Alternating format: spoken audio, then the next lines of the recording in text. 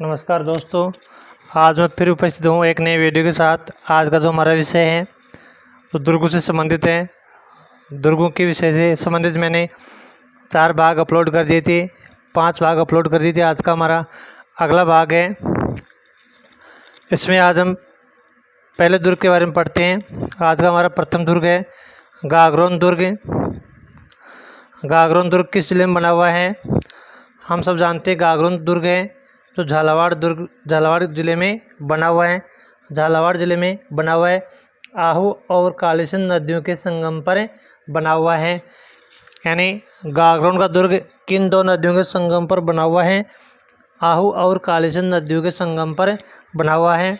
दोस्तों, ये प्रश्न परीक्षा में पूछा हुआ है कि गागरोन दुर्ग है जो किन नदियों के संगम पर बना हुआ है, तो इसका उत्तर हो जाएगा आहू और कालीसिंध नदियों के संगम पर बना हुआ है। तो आगे परीक्षा में इस प्रकार से पूछा जा सकता है, आहू और कालीसिंध नदियों के संगम पर कौन सा दुर्ग बना हुआ है? तो उत्तर हो जाएगा गागरोन का दुर्ग बना हुआ है। आगे इस दुर्ग को परमार राजपूतों द्वारा निर्मित दुर्ग है। इसके जो उपनाम है वो क्या है? गागरोन दुर्ग के उपनाम है डोडगढ़ या दुलरगढ़, ये इसके उपनाम है। तो इसके बारे में पूछा जा सकता है कि गागरोन दुर्ग के उपनाम निम्न में से है, तो 3 अन्य नाम दे देगा, एक इनमें से नाम दे देगा। आगे हम बढ़ते हैं अगले बिंदु की ओर। यानी डोडा शासक बीजल देव से देवन सिंह ने जीतकर इसका नाम गागरोन रखा था। जो डोडा शासक था जिसका नाम था बीजल देव, उस बीजल देव से देवन सिंह ने इस दुर्ग को जीता था और इस दुर्ग का नाम क्या रखा था? गागरोन दुर्ग रखा था। आगे इसमें है मालवा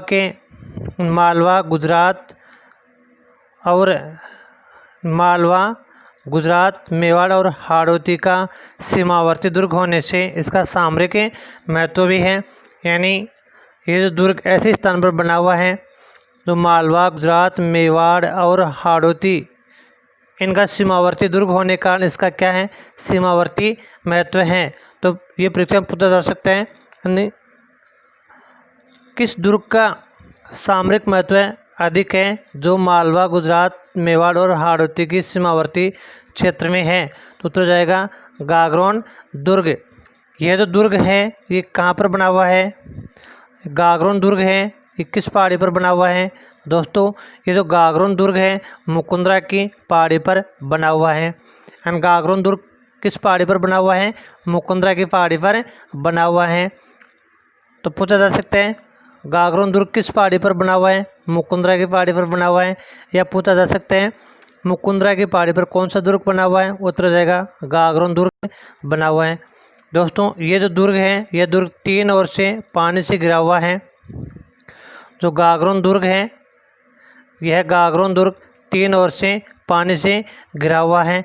इस दुर्ग को प्राचीन ग्रंथों में गरगराटपुर के नाम से भी जाना जाता है। गागरोन दुर्ग को प्राचीन ग्रंथों में किस नाम से जाना जाता है? गरगराटपुर इस नाम से भी जाना जाता है।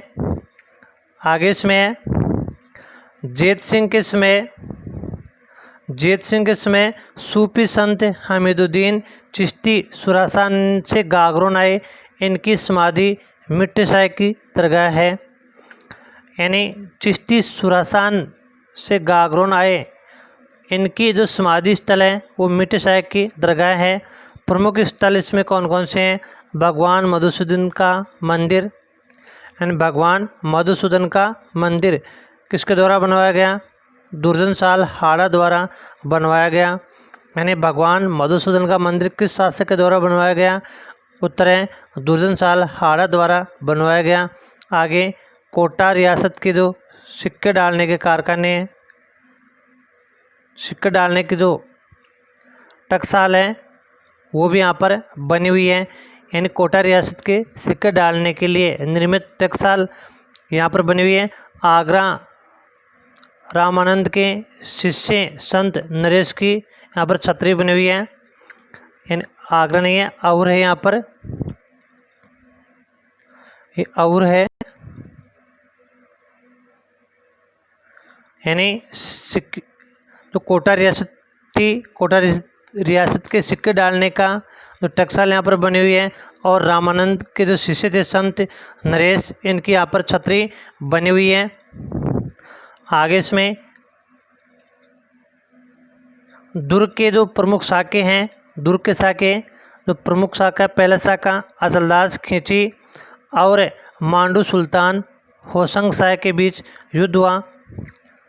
यानी जो इस यहाँ का प्रथम शाखा है, ये कब हुआ था? जब अचलदास खींची और मांडू सुल्तान होशंग शाह के बीच युद्ध हुआ था। और इस युद्ध में रानी उमादे ने क्या किया था? जौहर किया था। इस युद्ध में रानी उमादे ने जौहर किया था। तो पूछा जा सकता है रानी उमादे ने जौहर कब किया था, किनके बीच युद्ध हुआ था, तब किया था? तो उत्तर हो जाएगा अचलदास खींची और मांडू सुल्तान होशंग शाह के बीच युद्ध हुआ था। तब किस रानी ने जौहर किया था? रानी उमादे ने जौहर किया था। आगे शिवदास गार्डन है, शिवदास गार्डन की रचना है अचलदास खींचरी वचनिका। यानी शिवदास गार्डन की रचना का नाम क्या है? अचलदास खींचरी वचनिका। इस ग्रंथ में इस युद्ध का वर्णन है। तो ये साहित्य संबंधी पूछा जा सकते हैं कि अचलदास खींचरी वचनिका ग्रंथ के लेखक कौन है? उत्तर हो जाएगा शिवदास गार्डन हो जाएगा। इसमें किस युद्ध का वर्णन है? तो जो अचलदास खींची और मांडू सुल्तान होशंग शाह के बीच युद्ध हुआ था, उस युद्ध का वर्णन इसमें है। और इस युद्ध में रानी उमादे ने जौहर किया था। जो दूसरा शाखा है, दूसरा शाखा हुआ था 1444 ईस्वी में, मांडू के सुल्तान खिलजी प्रथम और पालहंसी के मध्य युद्ध हुआ था। आगे गागरोन दुर्ग, गागरोन दुर्ग के दूसरे शाखे का वर्णन, शाखे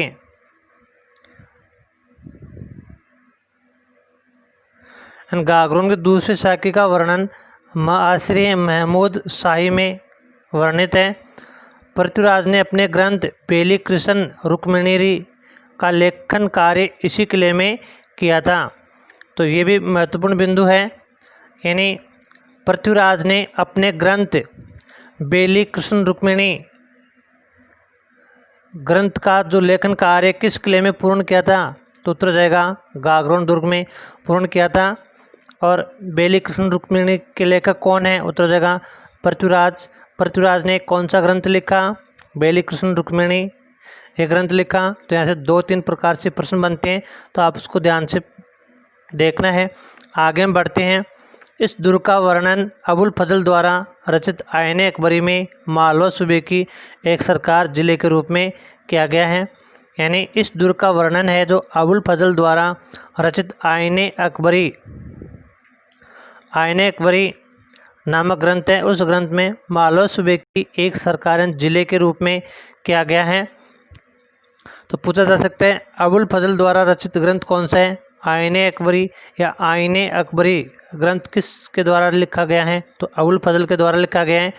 बादशाह जहांगीर ने यह किला बूंदी के हाड़ा राव रतन हाड़ा को जागीर में दिया था।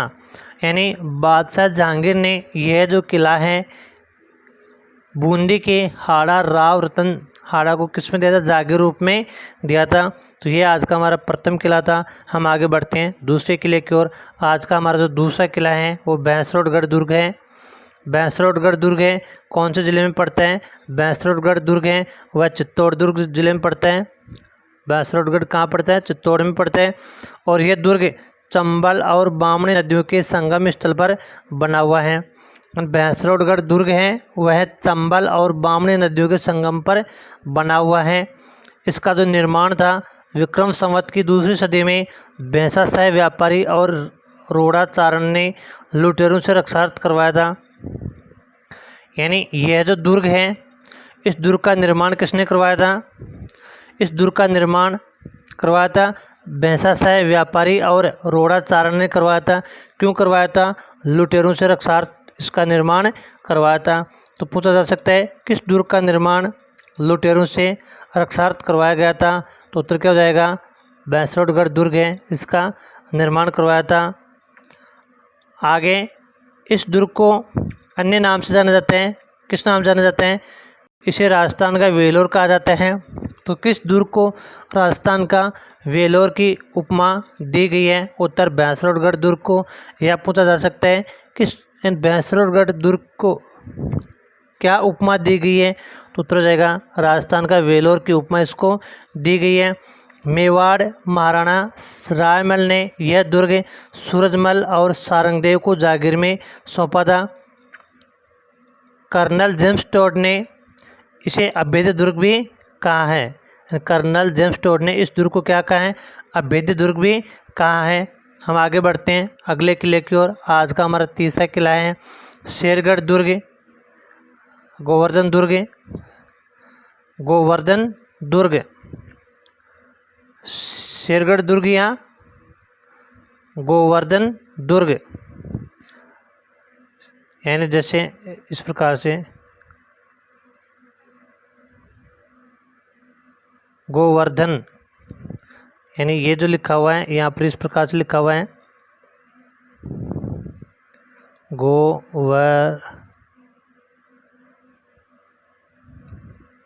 गोवर्धन दुर्ग।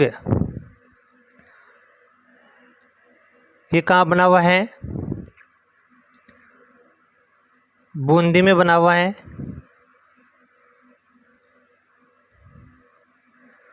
परवन नदी के किनारे पर बना हुआ है।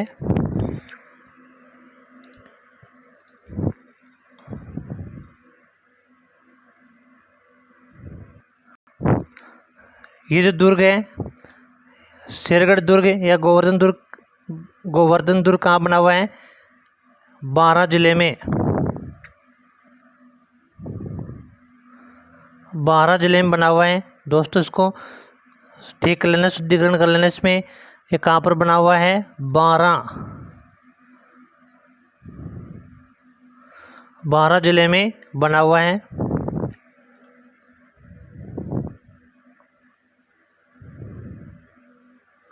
बारां जिले में बना हुआ है। और किस नदी के किनारे पर बना हुआ है, परवन नदी के किनारे पर ये बना हुआ है। इसका निर्माण किसने करवाया, शेरशाह सूरी के नाम पर इसका नाम है जो क्या पड़ा, शेरगढ़ पड़ा है। यानी शेरगढ़ दुर्ग है, ये जिला बारां में बना हुआ है, परवन नदी के किनारे पर बना हुआ है।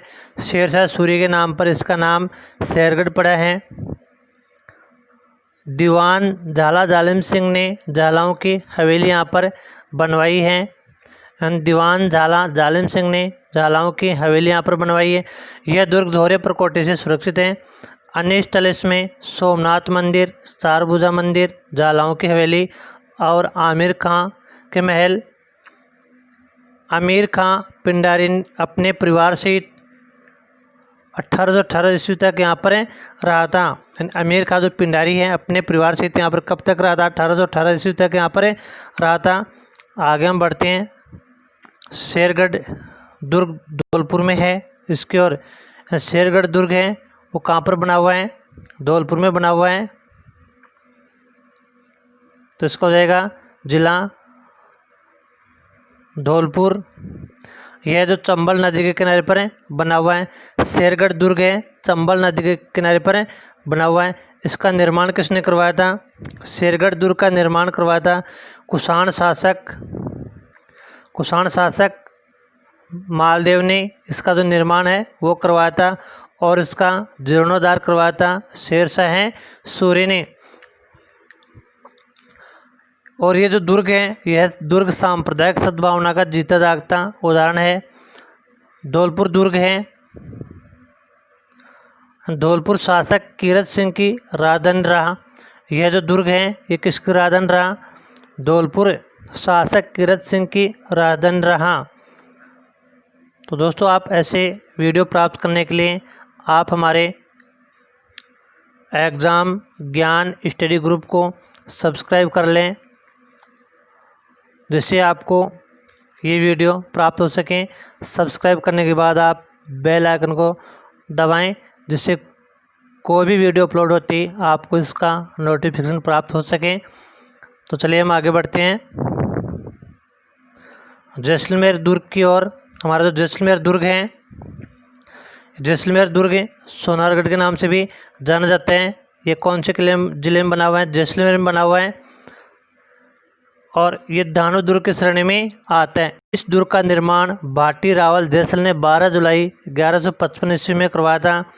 जैसलमेर दुर्ग धानु दुर्ग की श्रेणी में आता है और इस दुर्ग का निर्माण भाटी रावल जैसल ने 12 जुलाई 1155 ईस्वी में करवाया था। यह त्रिकुटा आकृति के 99 बुर्ज यहाँ पर बने हुए हैं। ये जो दुर्ग हैं पीले पत्थरों से निर्मित है, जो धूप में स्वर्णिम आभा बिखेरते हैं।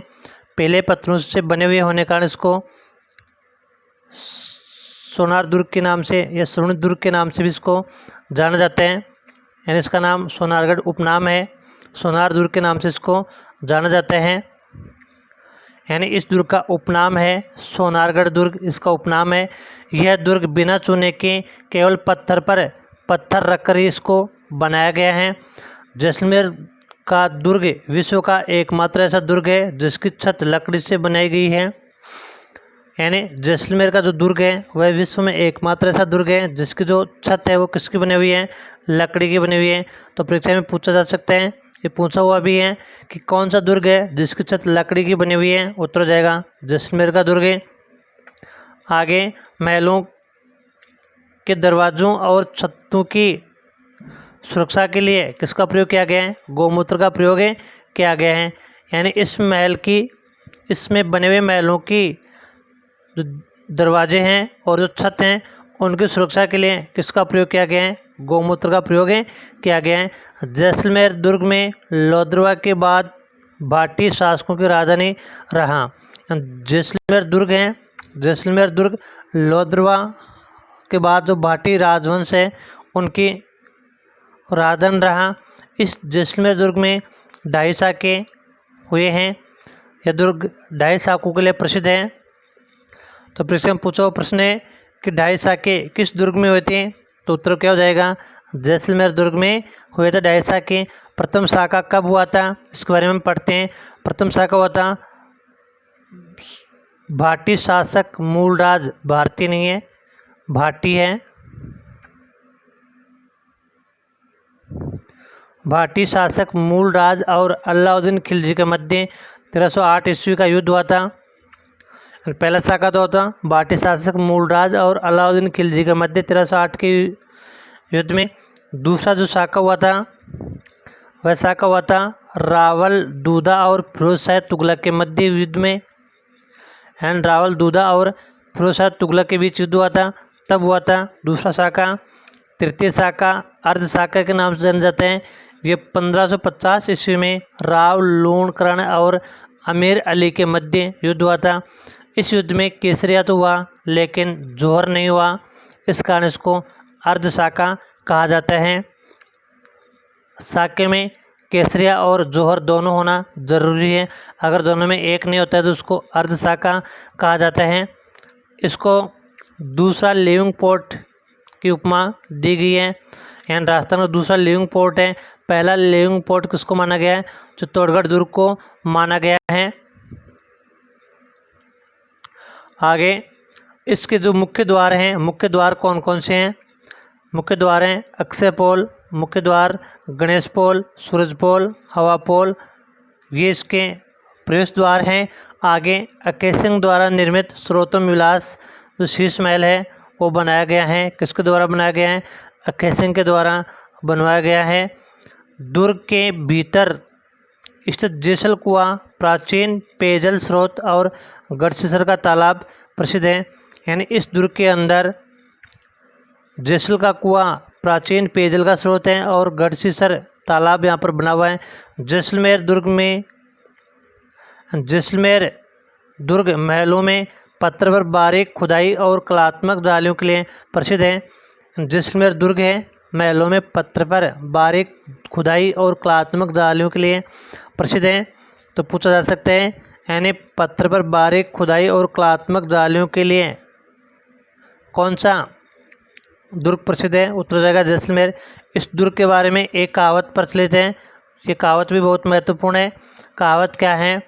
ये कहावत है कि कहावत है कि पत्थर के पैर व लोहे के शरीर तथा काठ के घोड़े पर सवार होकर ही यहाँ तक पहुँचा जा सकता है। यानी कहावत क्या है कि पत्थर के पैर व लोहे के शरीर तथा काठ के घोड़े पर सवार होकर ही यहाँ तक पहुँचा जा सकता है। ऐसी कहावत किस दुर्ग के लिए प्रचलित है? जैसलमेर दुर्ग के लिए प्रचलित है। दूर से देखने पर ये जो दुर्ग है कैसा दिखाई देता है? यानी दूर से देखने पर यह किला पहाड़ी पर लंगर डाले एक जहाज़ का आभास कराता है। तो ये भी परीक्षा में पूछा हुआ प्रश्न है कि ऐसा कौन सा किला है जो दूर से दिखाई देने पर पहाड़ी पर लंगर डाले एक जहाज़ के समान आभास कराता है? उत्तर जैसलमेर दुर्ग हो जाएगा। दुर्ग के चारों ओर घग्गरनुमा प्रकोटा बना हुआ है जिसे कमरकोट तथा पाड़ा कहा जाता है। यानी इस दुर्ग के चारों ओर प्रकोटा बना हुआ है जिसको कमरकोट के नाम से जाना जाता है।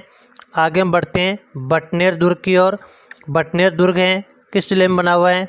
बटनेर दुर्ग है वह हनुमानगढ़ जिले में बना हुआ है। बटनेर दुर्ग है किस जिले में बना हुआ है? हनुमानगढ़ में बना हुआ है। किस श्रेणी में आता है? धानवंत दुर्ग के श्रेणी में ये आता है और ये घग्गर नदी के मुहाने पर बना हुआ है। जो बटनेर दुर्ग है वो घग्गर नदी के मुहाने पर बना हुआ है। निर्माण किसके द्वारा करवाया गया? इस दुर्ग का निर्माण यदुवंशी राजा भट्टी के पुत्र भूपत ने 285 ईस्वी में करवाया था। यानी बटनेर दुर्ग का निर्माण यदुवंशी राजा भट्टी के पुत्र भूपत ने 285 ईस्वी में करवाया था।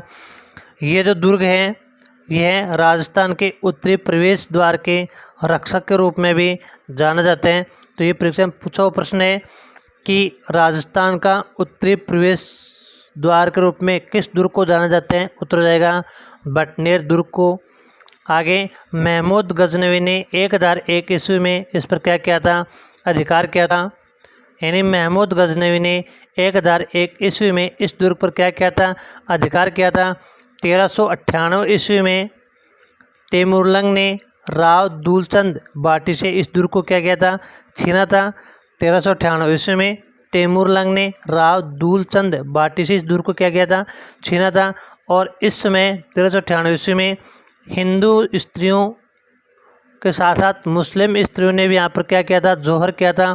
तो यह भी महत्वपूर्ण बिंदु है। परीक्षा में कई बार पूछ ले ये बात कि ऐसा कौन सा दुर्ग है जिस दुर्ग में हिंदू महिलाओं के साथ साथ मुस्लिम महिलाओं ने भी क्या जोहर किया था? तो उत्तर हो जाएगा बटनेर दुर्ग। तो ये महत्वपूर्ण बिंदु है जो आप अवश्य ध्यान में रखें। ये परीक्षा में बार बार पूछा हुआ है कि ऐसा कौन सा दुर्ग है जिसमें मुस्लिम यानी हिंदू महिलाओं के साथ साथ मुस्लिम स्त्रियों ने भी क्या किया था? जोहर किया था। उत्तर हो जाएगा बटनेर दुर्ग। बीकानेर के शासक राव जेतसिंह ने अधिकार कर राठौड़ वंश स्थापित किया था। यानी यहाँ पर बीकानेर का जो शासक था राव जेतसिंह, उस जेतसिंह ने इस दुर्ग पर अधिकार किया और यहाँ पर राठौड़ वंश की स्थापना की। हुमायूं के भाई कामरान ने बटनेर दुर्ग पर 1534 ईस्वी में अधिकार किया था। जो हुमायूं का भाई था जिसका नाम था कामरान, कामरान ने बटनेर दुर्ग पर 1534 ईस्वी में अधिकार किया था। बीकानेर के सूरज सिंह द्वारा इस दुर्ग को जीता गया। यानी बीकानेर के सूरज सिंह द्वारा इस दुर्ग को जीता गया। कौन से वार को जीता गया? मंगलवार को जीता गया। मंगलवार को जीतने के कारण इसका नाम क्या रखा गया? हनुमानगढ़ दुर्ग रखा गया। यानी हनुमानगढ़ दुर्ग किसके द्वारा जीता गया था? बीकानेर के सूरज सिंह द्वारा जीता गया था। किस वार को जीता गया? मंगलवार को। इसी के कारण इसका नाम क्या रखा गया? हनुमानगढ़ दुर्ग रखा गया। बटनेर दुर्ग में दिल्ली सुल्तान बनबन के किलेदार शेर खां की कब्र विद्यमान है। इन बटनेर दुर्ग में दिल्ली का जो सुल्तान बलबन था उसका किलेदार था जिसका नाम शेर खां था, उसकी कब्र बनी हुई है। तैमूर ने अपनी आत्मकथा नामक पुस्तक में यहाँ तक लिखा कि उसने इतना मजबूत और सुरक्षित किला हिंदुस्तान में कहीं नहीं देखा। तो ये भी महत्वपूर्ण बिंदु है कि तैमूरलंग ने अपनी पुस्तक में किस दुर्ग के बारे में ये लिखा कि इतना मजबूत और सुरक्षित किला हिंदुस्तान में मैंने कहीं नहीं देखा। उत्तर बटनेर दुर्ग हनुमानगढ़ दुर्ग के बारे में उसने लिखा था। या किसने लिखा? तेमुरलंग ने लिखा। आगे हम बढ़ते हैं नागौर दुर्ग, नागदुर्ग या अहिच्छत्रपुर दुर्ग की। और ये जो दुर्ग है ये कहाँ पर बना हुआ है? ये नागौर दुर्ग है या अहिच्छत्रपुर दुर्ग किस जिले में बना हुआ है? तो ये नागौर दुर्ग में बना हुआ है। ये किस श्रेणी में आता है? धानवद दुर्ग या स्थल दुर्ग की श्रेणी में आता है। निर्माण इसका किसने करवाया? चौहान राजा सोमेश्वर के सामंत केमास ने विक्रम संवत 1211 ईस्वी में इसका निर्माण करवाया। यानी अहिच्छत्रपुर दुर्ग का निर्माण किसने करवाया? चौहान राजा सोमेश्वर के सामंत थे जिसका नाम केमास है, उसने विक्रम संवत 1211 ईस्वी में इस दुर्ग का क्या करवाया? निर्माण करवाया। इस दुर्ग पर बाहर से दागे गए तोप के गोले बिना क्षति पहुँचाए ऊपर से निकल जाते हैं। तो ये भी परीक्षा में पूछा हुआ प्रश्न है कि ऐसा कौन सा दुर्ग है जिस पर शत्रु द्वारा दागे गए तोप के गोले बिना क्षति पहुँचाए ऊपर से सीधे निकल जाते हैं? कौन सा दुर्ग है? अहिच्छत्रपुर दुर्ग है। इस दुर्ग के जो प्राचीन काल में यानी यहाँ प्राचीन काल में नागौर एवं आसपास का क्षेत्र जांगल क्षेत्र कहलाता था। यानी प्राचीन समय में नागौर के आसपास का क्षेत्र क्या कहलाता था? जांगल क्षेत्र कहलाता था। त्रायन के द्वितीय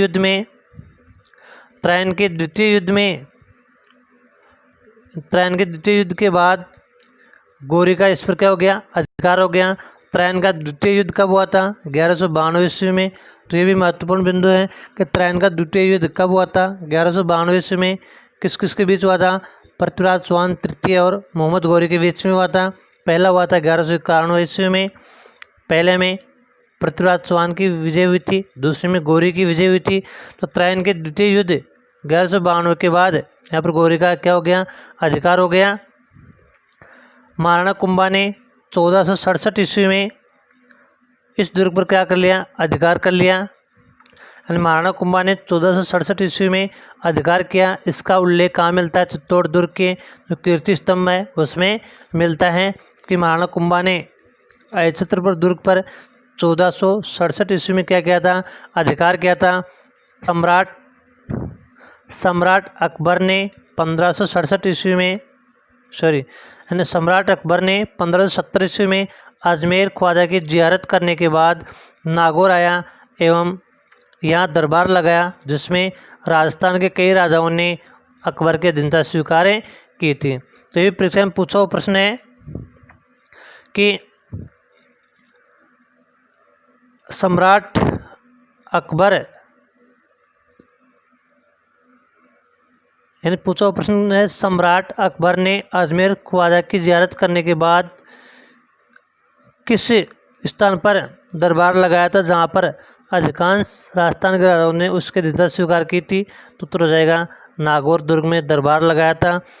तो इसमें राजस्थान के अधिकांश राजाओं ने अकबर के अधीनता स्वीकार कर ली थी। इस दुर्ग के 6 प्रवेश द्वार हैं, जैसे सिराई पोल, बिचली पोल, कचहरी पोल, सूरज पोल, राज पोल, नागौर आदि हैं। नागौर दुर्ग में दूसरे व तीसरे प्रवेश द्वार के बीच का क्षेत्र घूघस कहलाता है। जो नागौर दुर्ग है, नागौर दुर्ग के जो दूसरा और जो तीसरा प्रवेश द्वार है इसके जो बीच का क्षेत्र क्या कहलाता है? घूघस कहलाता है। आगे हम बढ़ते हैं बीकानेर दुर्ग जूनागढ़ दुर्ग की ओर। ये जो बीकानेर का दुर्ग है, जूनागढ़ दुर्ग है, किस जिले में बना हुआ है? बीकानेर जिले में बना हुआ है। यह किस श्रेणी में आते हैं? धानवन और भूमि दुर्ग की श्रेणी में आते हैं।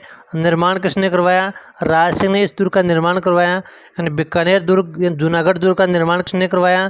किस शासक ने करवाया था? उत्तर हो जाएगा राज सिंह ने करवाया। इसको उपमा किसकी दी गई है? जमीन का जेवर किसको उपमा दी गई है? तो ये भी महत्वपूर्ण बिंदु है, पूछा हुआ परीक्षा में प्रश्न है। यानी परीक्षा में पूछा हुआ प्रश्न है कि जमीन के जेवर की उपमा किस दुर्ग को दी गई है? उत्तर बीकानेर दुर्ग को दी गई है, जिसको जूनागढ़ दुर्ग के नाम से भी जाना जाता है। पुराने गढ़ बीका की टोकरी की नींव किसके द्वारा रखी गई थी? राव बीका के द्वारा रखी गई थी। कब रखी गई थी? 1485 ईस्वी में इसकी नींव रखी गई थी। जूनागढ़ दुर्ग चतुष्कोण या चतुर्भुज आकृति का है। मुख्य प्रवेश द्वार कर्णपोल और सूरजपोल हैं। जयमल मेड़तिया और उसके बहनोई आमेट के राव फत्ता सिसोदिया की गजारूढ़ मूर्तियाँ यहाँ पर लगी हुई हैं। यानी इस दुर्ग में जयमल मेड़तिया और उसके जो बहनोई हैं आमेट के राव फत्ता सिसोदिया की इस पर क्या लगी हुई है, गजारूढ़ मूर्तियाँ लगी हुई हैं। जूनागढ़ के निर्माण में हिंदू और मुस्लिम शैली का समन्वय है। जो जूनागढ़ दुर्ग है इसके निर्माण में हिंदू और मुस्लिम शैलियों का समन्वय है। आगे महलों की सजावट और अलंकरण में मुगल शैली की प्राधान्यता है। यानी इस दुर्ग में महलों की जो सजावट है और अलंकरण में मुगल शैली की प्राधान्य है। आगे अनूप महल में यहाँ के शासकों का राज तिलक होता था। यानी यहाँ के जो शासक थे उनका राज तिलक कौन से महल में होता था, अनूप महल में होता था। तो पूछा जा सकता है बीकानेर के दुर्ग में किस महल में यहाँ के शासकों का राज तिलक होता था। उत्तर हो जाएगा अनूप महल। जूनागढ़ दुर्ग की दीवारों और छतों पर उष्टा कलाकारों का सोने का पच्चीकारी का कार्य है वो बहुत ही सुंदर कार्य है। इन जूनागढ़ की दीवारों और छतों पर उष्टा कलाकारों का सोने की पच्चीकारी का सुंदर कार्य है, इसके लिए भी ये प्रसिद्ध है। और इस दुर्ग में एक महत्वपूर्ण बात है, इन जूनागढ़ महल में रखा हिंडोला कला का उत्कृष्ट उदाहरण है। यहाँ पर एक हिंडोला रखा हुआ है, वो कला का एक उत्कृष्ट नमूना है। इस दुर्ग में अनूप संग्रहालय भी बना हुआ है। आगे बढ़ते हैं चूरू के किले की ओर। इसकी महत्वपूर्ण विशेषता है, जो चूरू का किला है कौन से जिले में बना हुआ है, चूरू जिले में बना हुआ है। किस श्रेणी में आते हैं, यह जो दुर्ग है स्थल दुर्ग और धानवन दुर्ग दोनों श्रेणी में आते हैं। निर्माण किसने करवाया, चूरू किले का निर्माण किसने करवाया, ठाकुर कुशाल सिंह ने करवाया था, 1439 ईस्वी में करवाया। और ये जो किला है महत्वपूर्ण बात इसकी है, यह किला है चांदी के गोले दागने वाला किला के रूप में प्रसिद्ध है कि शत्रु सेना पर इस किले में गोले बारूद के स्थान पर चांदी के गोले दागे गए थे। तो ये परीक्षा में पूछा हुआ है। हम आगे बढ़ते हैं दूसरे किले की ओर। हमारा किला है माधोराजपुरा दुर्ग। ये किस जिले में बना हुआ है, जयपुर जिले में बना हुआ है। निर्माण किसने करवाया, स्वयं माधो सिंह प्रथम ने इसका निर्माण करवाया। आमिर खां पिंडारी की बेगमों को बंधक बनाने वाले लदाना के ठाकुर भरत सिंह नरुका की वीरता की रोमांचक कहानी यहाँ पर आपको मिलती है। किले में एक गुंबदाकार महल है जिसे चक्कीपाड़ा कहा जाता है। यानी आमिर खां पिंडारी की बेगमों को बंधक बनाने वाले लदाना के ठाकुर भरत सिंह नरुका की वीरता की रोचक कहानियाँ यहाँ पर हमें मिलती हैं। और इस किले में एक गुंबदाकार महल है जिसे चक्कीपाड़ा के नाम से भी जाना जाता है। आगे हमारा अगला किला है चोमू का किला जिसको चोमुआगढ़ के नाम से भी जाना जाता है। यह भी कहाँ बना हुआ है, जयपुर जिले में बना हुआ है। इसका निर्माण किसने करवाया, निर्माण करण सिंह ने करवाया। किस श्रेणी में आते हैं, भूमि या स्थल दुर्ग की श्रेणी में आते हैं। इसका उपनाम रघुनाथगढ़ या दारादारगढ़ है। इसमें बने देवी निवास महल की बनावट जयपुर के अल्बर्ट हॉल के समान है। तो ये परीक्षा में पूछा प्रश्न है, चोमुआगढ़ दुर्ग में बने देवी निवास महल की बनावट किसके समान है, तो जयपुर के अल्बर्ट हॉल के समान है। दोस्तों आज के इस वीडियो में बस इतना ही। ये वीडियो आपको कैसा लगा, ये वीडियो आपको अच्छा या बुरा जैसा भी लगा है इसके बारे में आप हमें कमेंट करके अवश्य बताइए। अगर आपको इस वीडियो में कोई कमी दिखाई दी है तो वो भी आप कमेंट करके हमें बताइए, हम उसको सुधारने का प्रयास करेंगे। अगर ये वीडियो आपको अच्छा लगा है तो आप अपने दोस्तों के साथ इसको अधिक से अधिक शेयर करें। धन्यवाद।